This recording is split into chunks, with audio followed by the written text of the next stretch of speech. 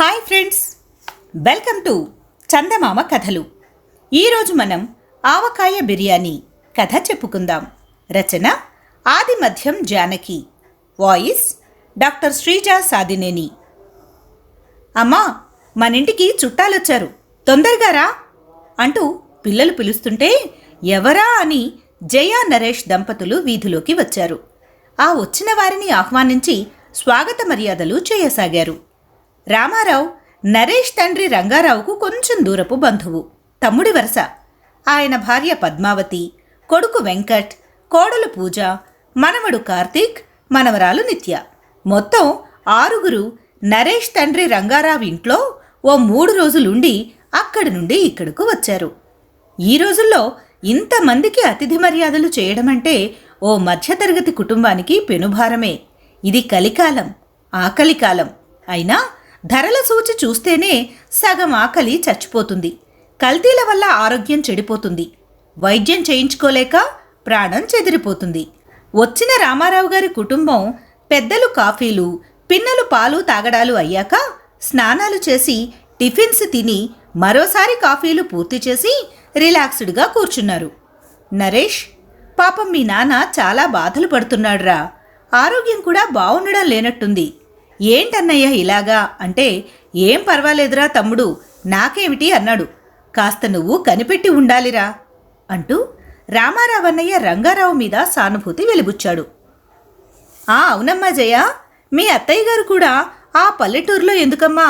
కొడుకు కోడలున్నారు, లక్షణంగా వారి దగ్గరకు పోకూడదా అంటే ఆవిడ అలాగే నవ్వేస్తుంది. మా కాలు చెయ్యి బాగున్నంతకాలం ఇంకొకరికి భారం ఎందుకమ్మా అంటుంది. ఈ మధ్య కాళ్ళు నొప్పులుగా ఉంటున్నాయట అంటూ భర్త మాటలకు మద్దతుగా పలికింది. వాళ్ల మాటలకు అడ్డొస్తూ, బామ్మా, ఈ అంకుల్ వాళ్ళు బీచ్కి తీసుకెళ్తారు అన్నావు, ఇంకెప్పుడు బామ్మా అంటూ వాళ్ల మనవడు కార్తీక్ వాళ్ళని పీడించసాగాడు. నరేష్ జయను ఏదో పనున్నట్లు పక్కకు పిలిచి, చూడు జయ, వాళ్ళు రాక వచ్చారు, కాస్తంత అతిథి మర్యాదలు జాగ్రత్తగా చెయ్యి. వాళ్ళు నెలకు కనీసం 2 బంధువుల ఇళ్లనైనా చుట్టబెడుతుంటారు. ఎక్కడైనా మన మర్యాదల గురించి అంటే బాగోదు, ఏమంటావ్ అన్నాడు చిన్నగా. అవునండి, మరీ రేషన్ బియ్యం వండి పెడితే బాగోదు. మనమంటే ఎలాగో తింటున్నాం. ఖరీదైన బియ్యం, కూరలు, పాలు, పెరుగు అవి తీసుకురండి. మన కిరాణా సురేష్ దగ్గర ఖాతాలో రాయించితండి, సరేనా? జయ అందించిన బ్యాగ్ తీసుకుని బజారుకు వెళ్ళాడు నరేష్. ఈలోపు వీళ్ళ ఇంటికి దగ్గరలోనే ఉన్న గణపతి దేవాలయానికి అందరూ బయలుదేరారు. అక్కడ ఆ దేవాలయం గొప్పతనాన్ని గురించి, వినాయకుడి మహిమ గురించి పూజారిని ఇంటర్వ్యూ చేసి అన్ని విషయాలను విశేషంగా తెలుసుకున్నారు. తీర్థం ప్రసాదం తీసుకుని తిరిగి ఇంటికి చేరారు.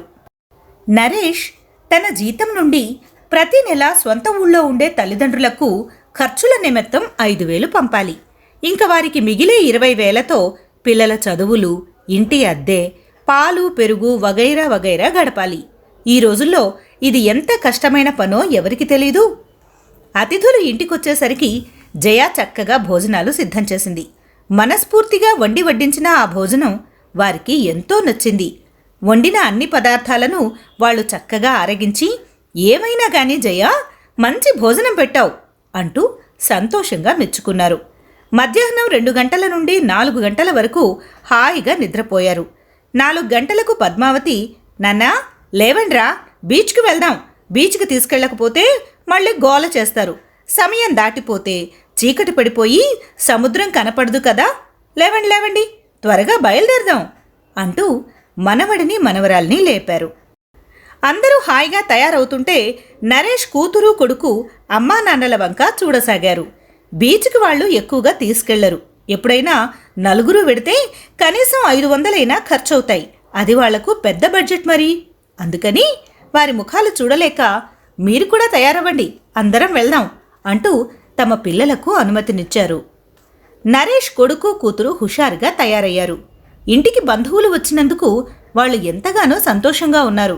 కారణమేమిటంటే, బీర్వాలో దాచి ఉంచిన ఖరీదైన ఏకైక జతలు ఇద్దరికీ వేసుకోవడానికి ఇస్తారు.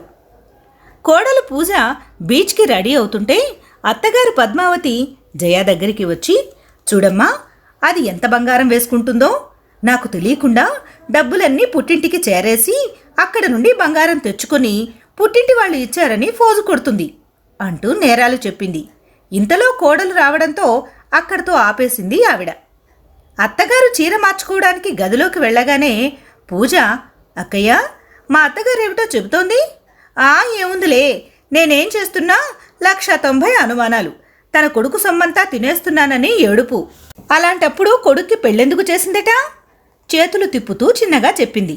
ఇంతలో అత్తగారు వచ్చేసరికి, అత్తయ్య గారు, మీకు ఈ జరీ చీర ఎంతో బావుంది అంది నవ్వుతూ పూజ. సడన్గా సంభాషణ తీరు మారేసరికి జయ అయోమయంగా చూసింది వాళ్ళిద్దరి వంక. నీకు కూడా పూజ, ఈ డిజైన్ చీర ఎంత బావుందో అంటూ అత్తగారు కూడా నవ్వింది చిన్నగా. అంతమంది తయారయ్యేసరికి ఆలస్యం అయిపోయింది. అందుకని డైరెక్ట్గా ఆటోలు 200 మాట్లాడుకొని బీచ్కు చేరుకున్నారు. బీచ్కి వెళ్ళగానే వెంకట్, పూజ కొత్త దంపతుల్లా ఒకరి చెయ్యి మరొకరు పట్టుకొని సముద్రపు టంచుల వెంట కబుర్లు చెప్పుకుంటూ ముందుకు నడుచుకుంటూ వెళ్ళిపోయారు. రంగారావు, పద్మావతి దంపతులు వయసు మీద పడ్డవాళ్లు కాబట్టి ఒక దగ్గరే కూర్చుండిపోయారు. నరేష్, జయలకు తమ పిల్లలతో పాటు వాళ్ళ పిల్లల్ని కూడా ఆడించడం, తినిపించడం చేశారు. వెళ్ళిన దగ్గర నుండి అంకుల్ మిక్చర్, అంకుల్ మామిడికాయ ముక్కలు, ఐస్ క్రీం, సమోసాలు అంటూ అడిగి అడిగి మరీ కొనిపించుకున్నారు ఆ పిల్లలు. జయా, నరేషు సమోసాతో సరిపెట్టుకుంటే రామారావు, పద్మావతి 2 సమోసాలు తిని, చాటు తిని ఐస్ క్రీంతో సరిపెట్టుకున్నారు. దాదాపు 8:30కు ఇంటికి చేరారు. కొడుకు మీద ఆధారపడినట్లు, తన దగ్గర పైసా లేనట్లు తండ్రి ఉన్నాడు. తండ్రి మాట జవదాటడు. డబ్బు పెత్తనమంతా తండ్రిదే అన్నట్లు కొడుకు ఉన్నాడు. ఇద్దరిలో ఎవరైనా జేబులోంచి డబ్బులు తీస్తే గదా తెలిసేది పెత్తనం ఎవరిదో. నరేష్ దంపతులకు వారు అది తెలుసుకునేంత ఛాన్సు ఇవ్వలేదు.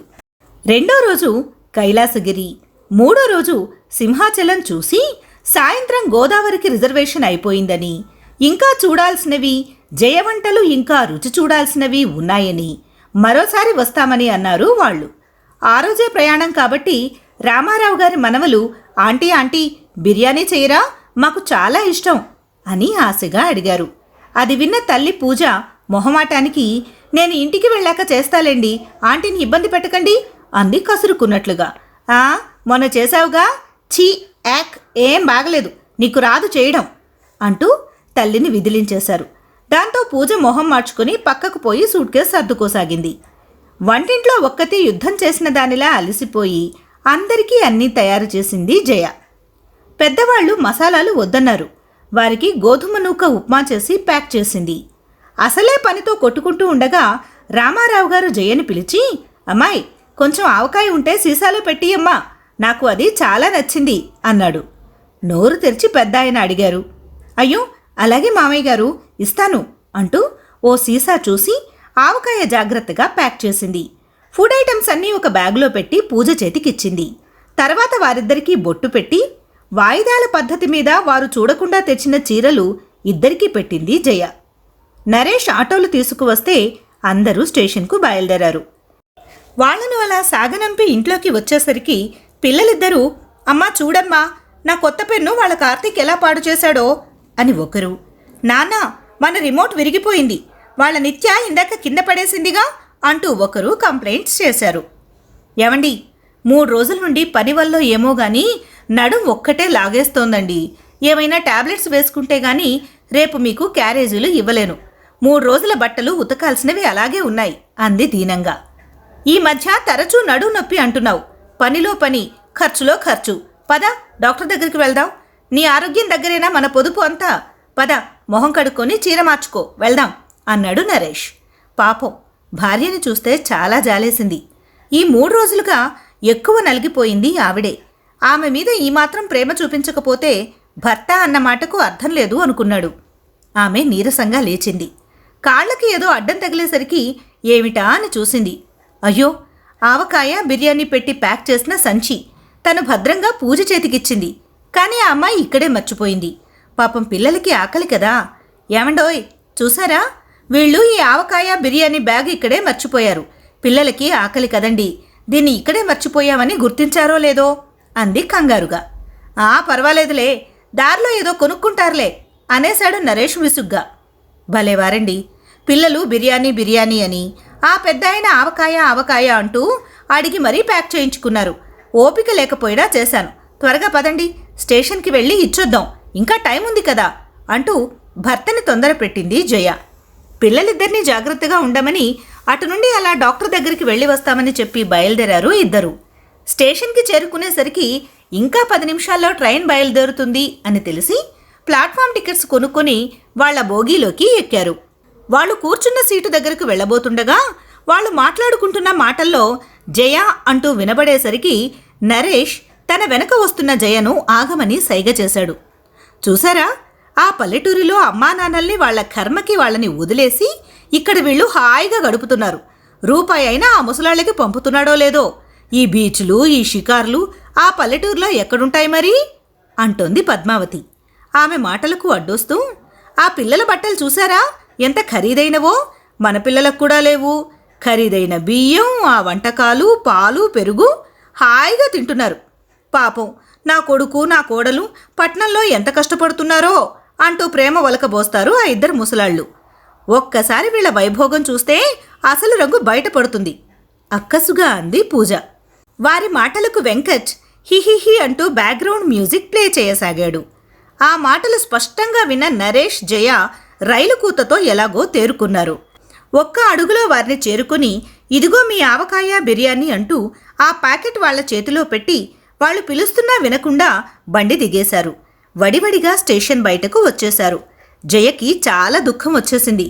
నరేష్ భార్యని పొదివి పట్టుకుని, ఊరుకో డియర్, ఇక నుండి మనం మనలాగే ఉండాలని, ఎవరి కోసమూ ముసుగులు వేసుకోనక్కర్లేదని పాఠం నేర్పిన నీ ఆవకాయ బిర్యానీకి కృతజ్ఞతలు చెప్పుకుందాం. ఇలాంటి సంస్కారహీనుల గురించి ఇక్కడే మర్చిపోదాం. చలో చలో అంటూ నవ్వుతూ ఆమెను ముందుకు తీసుకెళ్లిపోయాడు. ఇప్పటి వరకు మీరు ఆవకాయ బిర్యానీ అనే కథను విన్నారు. రచన ఆదిమధ్యం జానకి. Voice doctor Sreeja Sadineni. ఇలాంటి మరెన్నో అందమైన కథల కోసం మా ఛానల్ని సబ్స్క్రైబ్ చేయండి. పక్కనే ఉన్న గంట సింబల్ని నొక్కండి. మా ఛానల్కి సంబంధించిన లేటెస్ట్ అప్డేట్స్ అన్నీ ఎప్పటికప్పుడు మీకు నోటిఫికేషన్స్ వస్తూ ఉంటాయి. వీడియో నచ్చితే లైక్ చేయండి, షేర్ చేయండి, కామెంట్ చేయండి. Thank you.